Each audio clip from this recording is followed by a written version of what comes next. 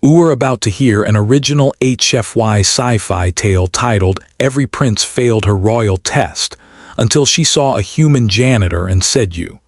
Find a quiet spot, put on your headphones, and let the stars fall silent.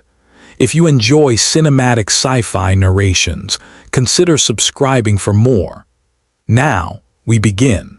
The storm had been singing all night across the mirror domes of Sarathas, plucking the crystalline spires with static until the city chimed like 1,000 whispering bells. Lightning spidered over the armored sky, and the hall of glass glowed from within as if a sunrise had been trapped under its floor. Inside, the air was cool and far too clean, and the nobles were perfumed in the way of old houses, everything softly gilded, everything trying to smell like yesterday. The princess sat high above them, slender as a drawn note, eyes a color the court poets called frozen silver because the truth that they were tired did not fit into songs. She had sent away 17 suitors this week. Before that, there had been dozens. Before that, there was the day her mother placed a hand that smelled of rain on her forehead and said, "Let the test be your shield. Do not wed power, wed courage." And so the test had been written into the royal law. It was simple to describe and impossible for the court to endure.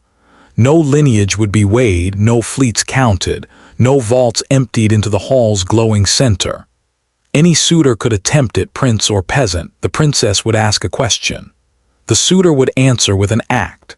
And the act would be witnessed not by cheering crowds, not by the fragile arithmetic of diplomacy, but by a child, a worker, a farmer, someone whom history never asks to speak. If the witness believed, the test was passed. It was a test of heart disguised as a trick of protocol, and hearts kept failing. On the morning the Andrax boy came, a tall blade of a man with perfect armor and marching band posture. The wind was scouring the palace knife-bright. He carried a gift like all of them did, because his tutors had taught him that great women are doors opened with keys named spectacle. He had a mechanical dragon in a cage of antigrav. Its skin was obsidian shingles. Its breath was curated flame. Its eyes were jewels carved to look like embers. It was nothing like a dragon and everything like a mirror that would reflect him into eternity. The princess touched the cage, and the long coil of metal inside stirred with servos and the gentle ache of programming. Its mouth opened in a pretty pattern of blades. She saw the engineers in its joints. She saw the labor. She saw the pride that would ask for a lifetime as payment. "What is your answer?" she asked. "To give you terror to command," the Andrax boy said and smiled. The princess dismissed him with a motion of the hand that had learned the weight of scepters and the lightness of lies. He departed angry in the way of princes who believe love is another throne. Later, when candles were ghosts and the hall had fallen from busy to lonely, she left by the lesser stair, the one servants used and guards forgot. Here the walls were naked, the conduits showing, the vents breathing. The palace had veins of copper and nerves of fiber. It bled coolant when you looked at it wrong, and it sang to itself when the night wind pressed its weight into the glass. She moved by memory, not by map. She had walked these arteries as a child with a sweet bun in her pocket for a technician who told her stories about birds. Her mother pretended not to notice, and the tutors sighed into their long robes and told each other it was a phase. And then 1/4 turn of the planet later the Empress died, and the phase never ended because grief makes everything simpler, and the princess felt more like herself where the lights were broken. She found him in a corridor that smelled of metal cured by heat. He was kneeling by a console under a warning strip of amber. He had rolled his sleeves to his elbows, and his forearms had the small, permanent etchings of minor burns that mark a life lived within arm's length of failing things. A coil of black hair fell over his brow like it was forever trying to obscure him from trouble, and failing the way hair always does. He hummed without irony. His hand moved with tender accuracy in that tight space where a mistake makes a sound like a sigh and costs a city. When he saw her, he flinched so hard he hit his shoulder against a pipe. The hollow clang sounded like a note a cathedral would make if it stubbed its toe. "Your Highness," he said, words like pebbles turned over carefully. "Sorry, didn't realize." He straightened, then thought better of it, then stood anyway because embarrassment is reflexive. "I can clear out so you can be royal, or whatever you intended to do here." "Continue."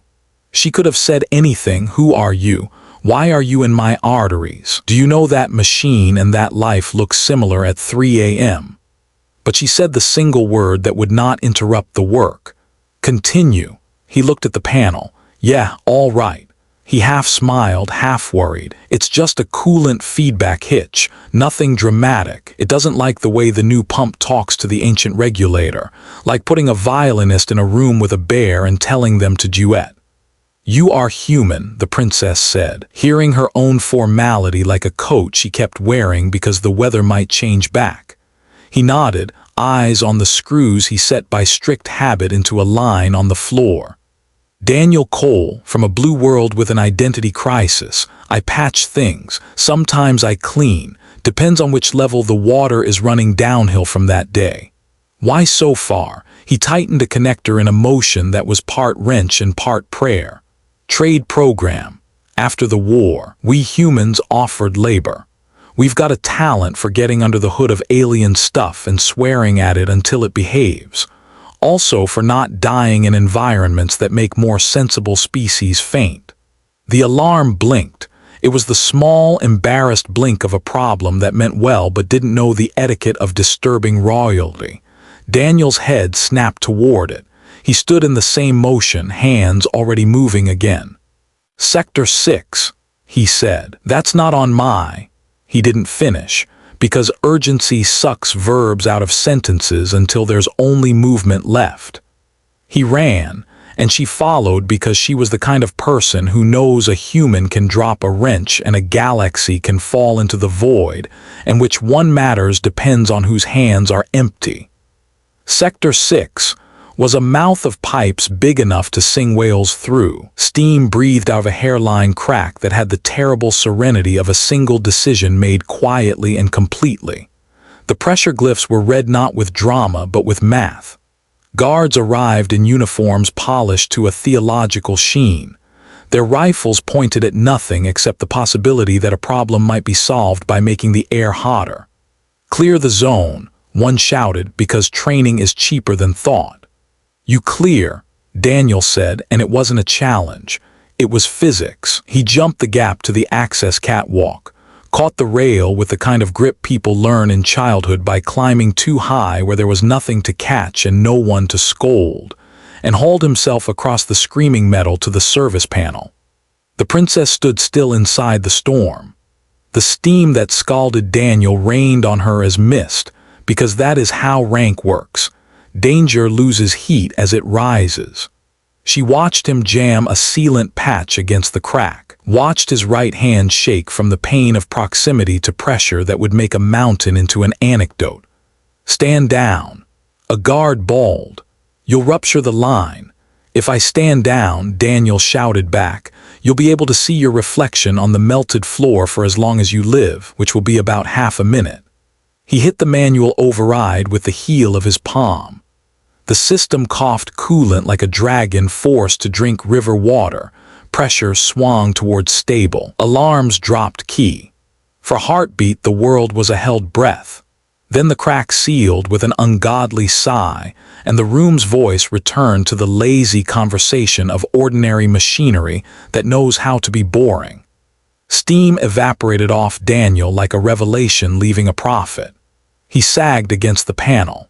He turned his face toward the princess and grinned the irresponsible grin people use when they've just given away more than they could afford and are pretending they didn't. "You disobeyed my guards," she said, because someone had to say the line the story wanted, even if it wasn't the line the person deserved. "You're welcome," he said, and the words were reckless and the words were right.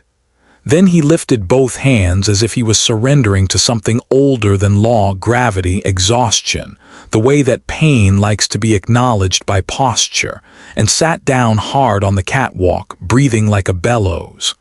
Later, when they hauled him to the infirmary and the medtechs clucked and made tutting noises in 3 languages and smeared healing gel on the red maps drawn across his forearms, the princess waited outside the curtain and listened. She listened to his breath settle. She listened to the quiet scrapes of someone who is encountering clean sheets with suspicion. She listened to the medic say, "You have to stop doing that," and he reply, "Which part?" And the medic sigh the long sigh a person earns by patching people who patch things, and then go looking for more edges. The next morning, the hall of glass filled the way it filled on days of ceremony, with people who believed that if they arranged their faces correctly, history would be tricked into happening in their direction. The princess had her hair braided into something that took 4 patient hands and twice as many pins. She wore the gown the weavers had stitched during the month of meteors using threads that remembered light. She sat on the throne carved from a single block of engineered quartz that some ancestor had taken sieges and speeches to acquire.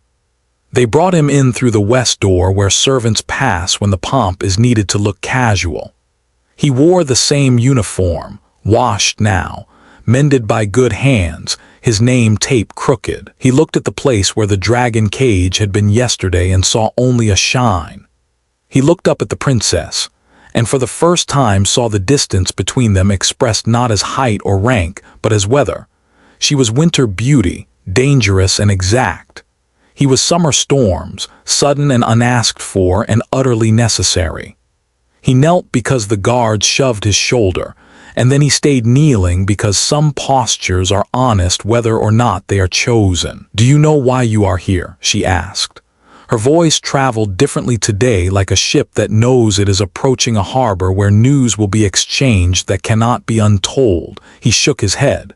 "Ma'am, if this is about yesterday, I don't want. You saved this palace," she said. The court murmured as one organism with many silks. "But that is not why you are here." He frowned gently. "Okay. You passed the test," she said. He looked past her, maybe expecting to see a chalkboard with his name on it. "What test?" "The only one that matters," she said, and allowed the smallest smile, a wire under flesh. "The one you did not know was happening." Voices rose, hot with scandal and excited with greed. The old families had survived wars and fashion by knowing the exact ratio of outrage to applause. The princess lifted a hand and silence fell out of duty, not respect. Respect would take longer. "Rise, Daniel Cole of Earth," she said. "You are chosen." The words landed in him like a meteor that was secretly a seed. He stood, not fully believing because humans carry skepticism as a life vest and throw it away only when the water is truly calm. He looked up at her. He saw neither a prize nor a script. He saw, absurdly, a person awake at ungodly hours staring at broken things and weighing whether to fix them or let them teach you how to live with losses. "Chosen for what?" he asked, because in his language it matters to name the job. "To stand beside me," she said, and in the corner of his vision he saw the geometry of power flex, men who had plans and women who had maps, all of them sharpening themselves with the friction of threatened inevitability. That day, a rumor was born that Sarathas had lost its mind. That rumor had a good run, gathered acquaintances, spent some years ingloriously. In the end it died of boredom because the future kept arriving dressed as function, not celebration, and work makes poor gossip. In the weeks that followed, Daniel did not move into the golden suite where heirs slept on memory foam laced with powdered comets. He did not accept the guardian's blade or the set of rings that let you open doors by making a fist. He returned to the lower corridors and the unglamorous hum, and people side-eyed him with confusion, then with relief, for it clarified a mystery in which they had not believed. He ate at the staff canteen and broke his bread to share with a child who had learned the fast grab of kitchens, where the world arrives hot and leaves hot. He traded jokes with a lift engineer whose optimism survived drivers that did not. He sat in silence beside a sleeping pipe for 90 minutes to hear where the leak was dreaming of becoming real. They were little legends, the kind the old build into their bones and the young translate into bravery. The princess watched. She studied quietly, the way mountains study the past when they want to tell you who survived it. She would have kept studying if the universe had not remembered it was not a school. War came like weather that had waited politely and then ceased to. The Varkesh, who always sounded like a cough when spoken of, appeared on the outer scans with the delicate lack of preamble of a knife. They had been there before in maps, in nightmares, in the long corridors of treaties, burning what could burn, taking what could plead. They were not a people so much as a consequence. Their ships ate light unceremoniously. Their swarms wrote temporary Ys on the sky before the ash answered them. Saratha's had not recovered. The empire her mother made elegant had become a history museum open on days when grief was affordable. There were shields. There were cannons. There was a fleet that had been prestigious when the princess was a child, and now had an honored place in parades.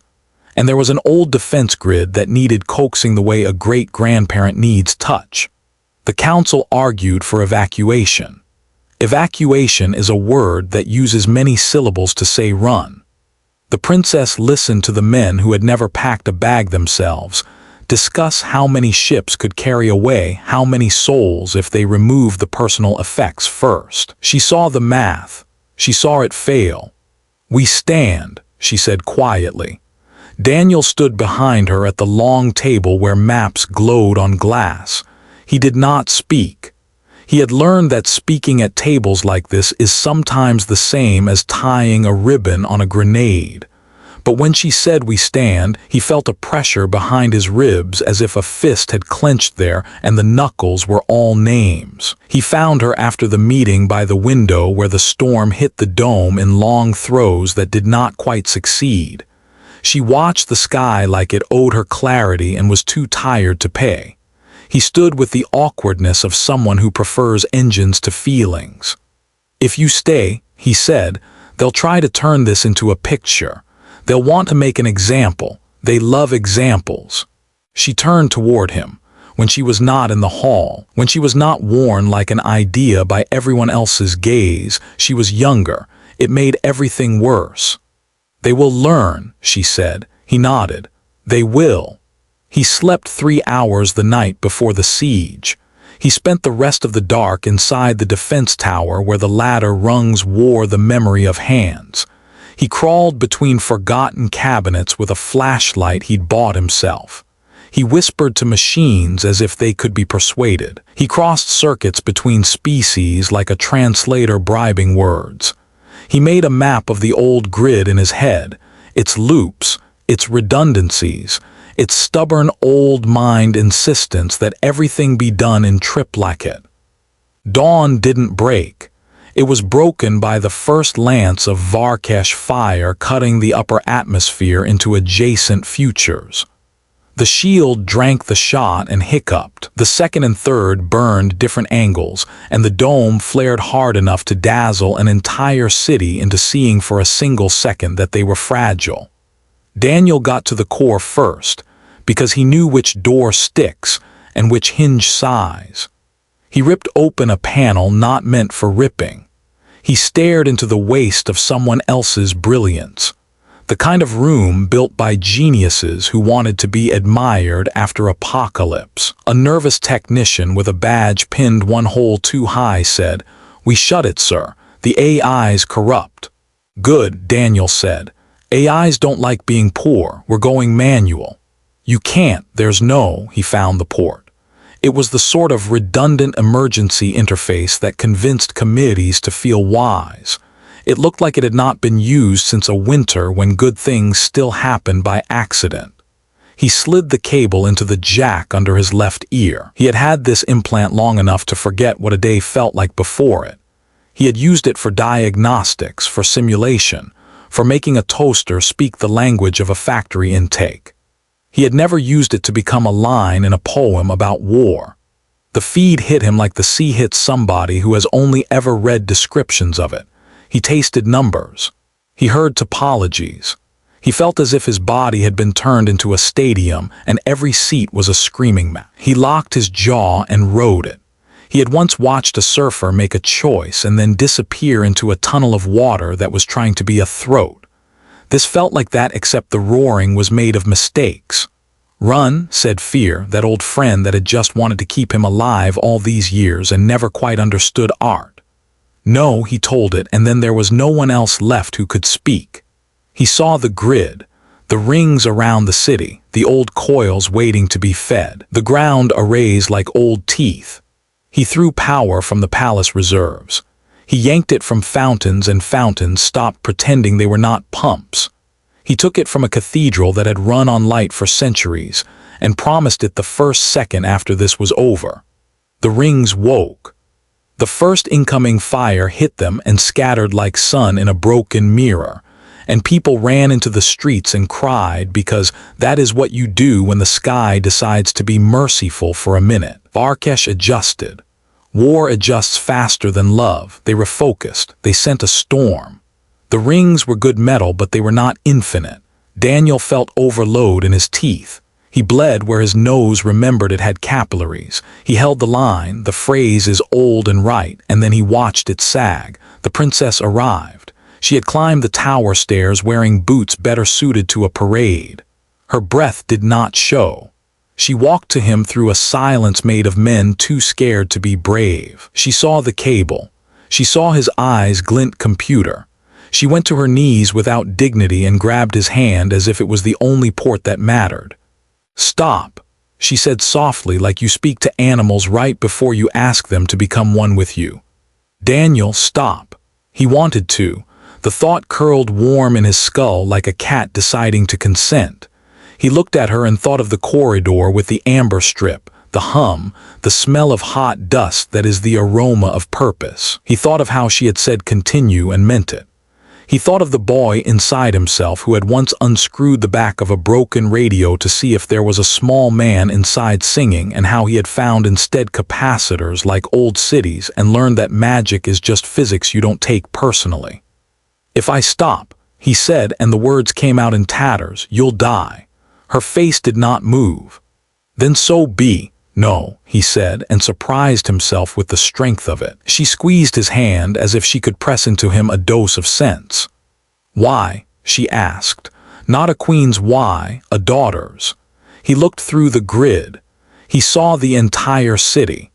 He saw the river through its triple channel, the bridges like eyelids, the canteen where the lift engineer was probably standing in the doorway holding 2 metal cups because he had never learned how to drink alone. He saw an old woman copying a recipe onto paper with a pencil because her granddaughter had told her about paper and pencils, and how it felt to keep a thing without electricity. He saw a boy with a stolen red ribbon tying it around a dog who did not care for ribbons but knew that attention is love.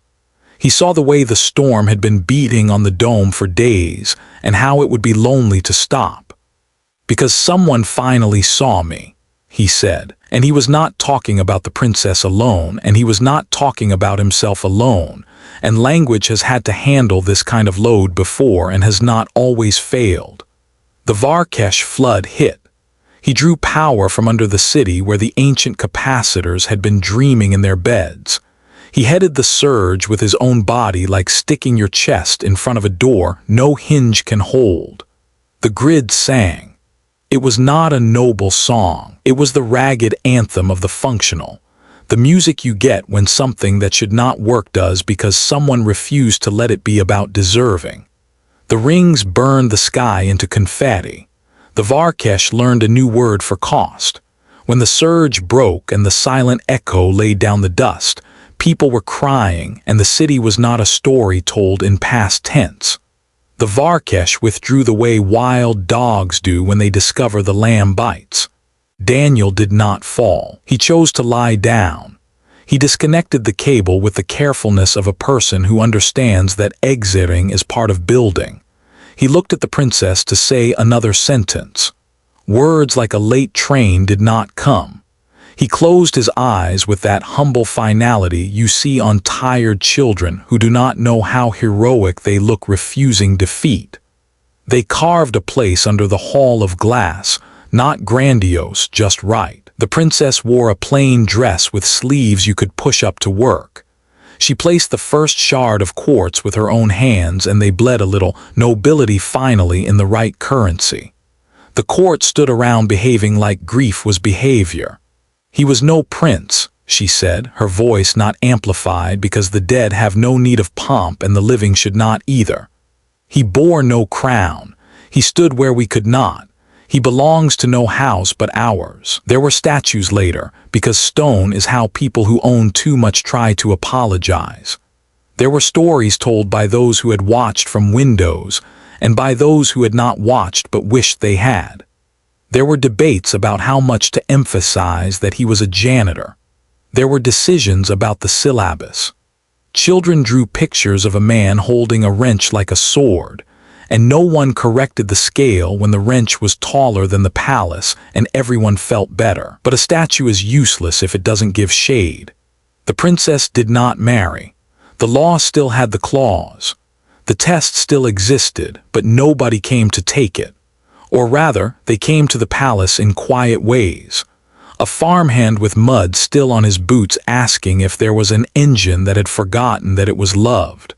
A monk who made wine bringing a small bottle with a wired cork for the techs who never remembered to go home. A girl of 12 whose hands had learned mending early telling the pipe in Sector 3 that she believed in it. Sarath is healed. Not in the way of fairy tales, where one sentence makes history stand up straighter. In the way of organisms, where every cell learns new work. The shield regained proper voice. The defense rings were given guardians who had not been told about heroism and thus could practice it. The canteens brightened. The lifts still stuck, but they stuck for better reasons. The city kept its storms because storms had been woven into the music by a hand that knew how minor keys keep us honest. Years did not pass. They accumulated, which is different. The princess learned to visit the maintenance decks the way you visit favorite books. She would sit under a ridge of conduit while an engineer who had been born after the war told her about a problem with the rheostat like it was misbehaving intentionally. She would listen for the hum that had once been accompanied by a human hum. Sometimes she heard it, and neither physics nor grief had a good explanation, and neither asked for one.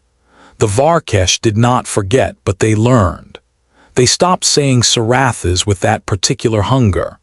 They began to speak it like a landmark in a landscape that would not be improved by moving.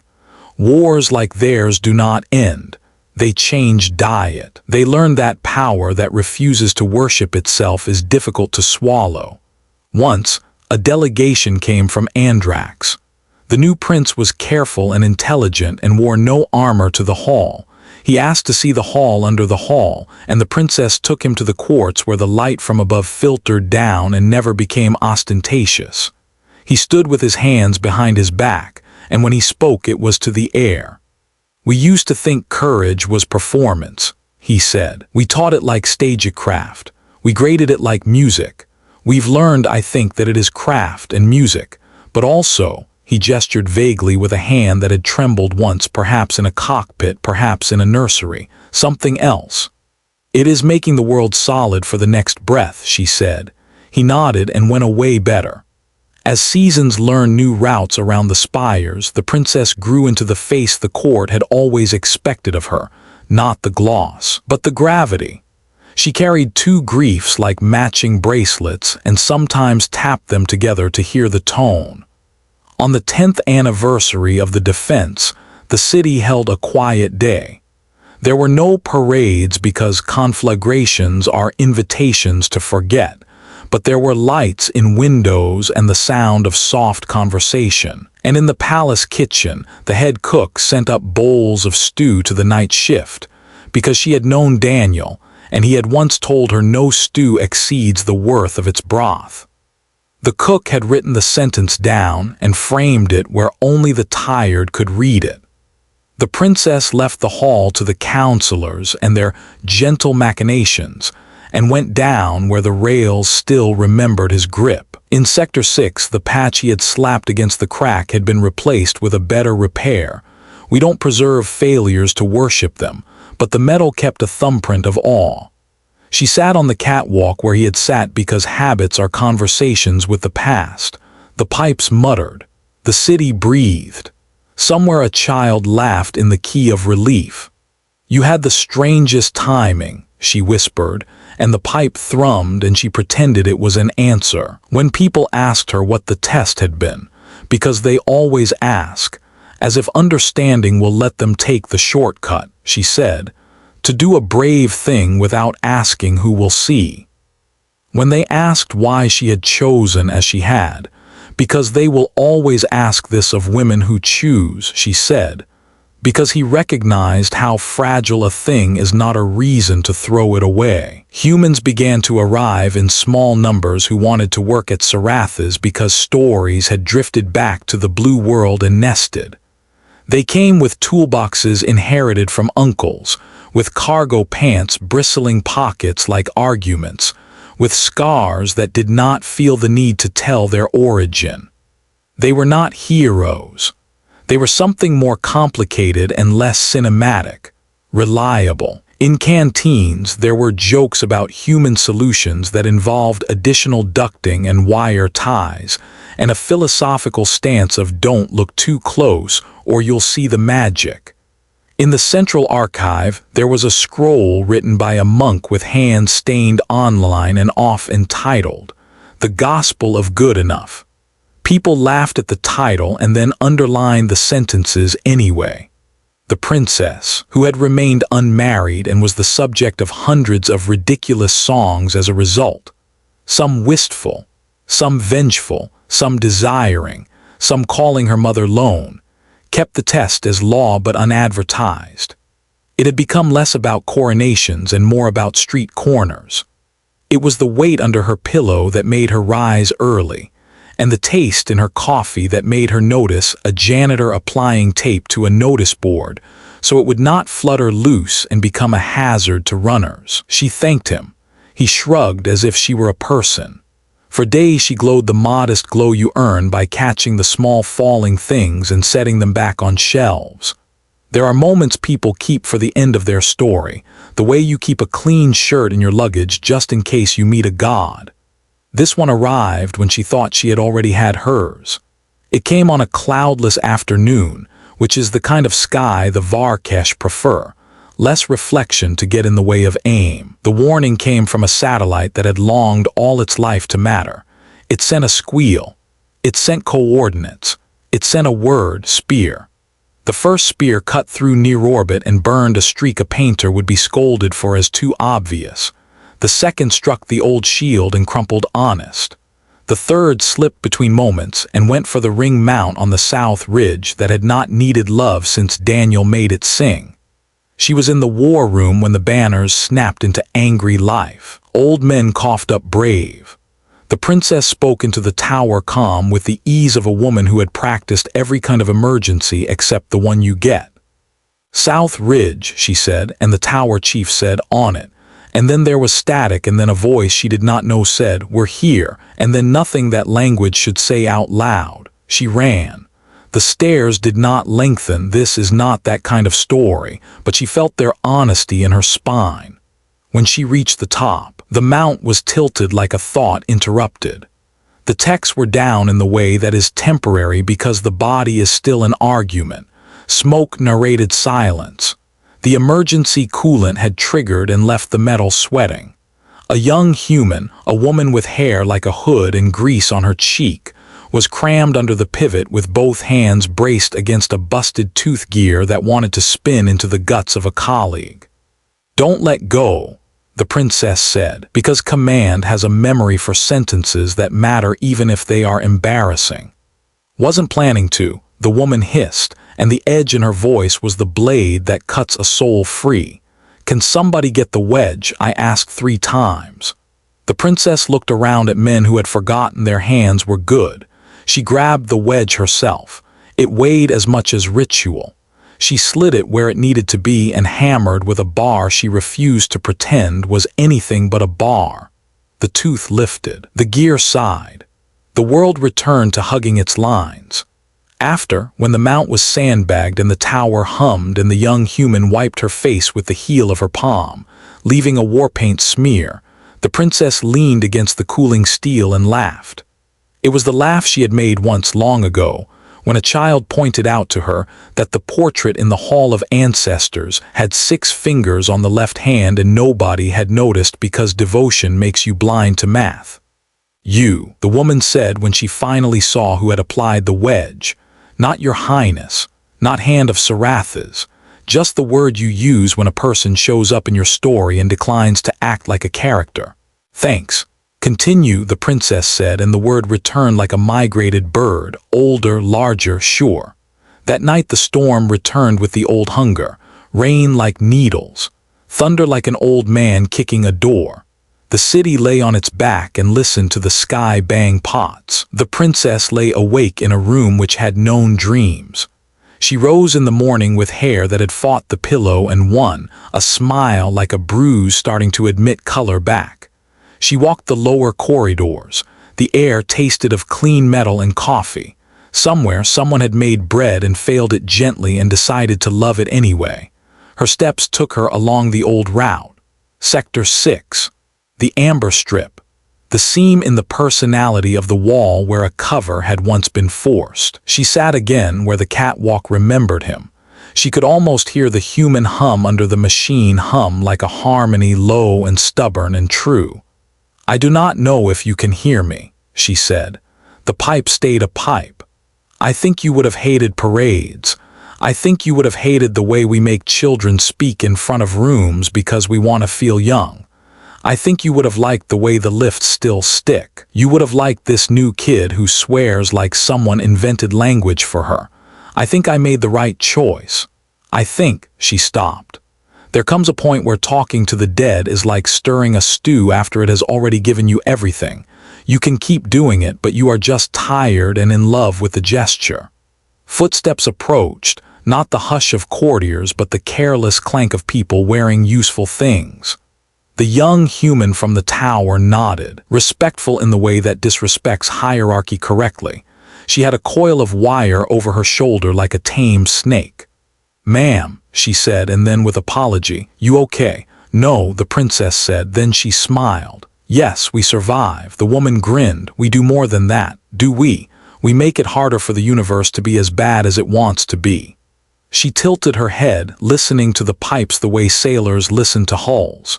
"You know what your guy did, Daniel. We read about him. They don't teach it right either. They make it sound like fireworks. He didn't save the city so we could clap. He saved it so we could get back to it." "To what?" "Everything," the woman said, and headed down the catwalk because lunch starts soon and the canteen line doesn't respect legends. The princess closed her eyes. She breathed the air the machines had made drinkable. Upstairs the hall glinted as if someone kept polishing it, and downstairs the coils remembered warmth like a result, not a gift. Time continued in the way a river does when the boulder you were sure was permanent quietly becomes sand. New suitors came, not to marry but to work. The test was taken daily by hands.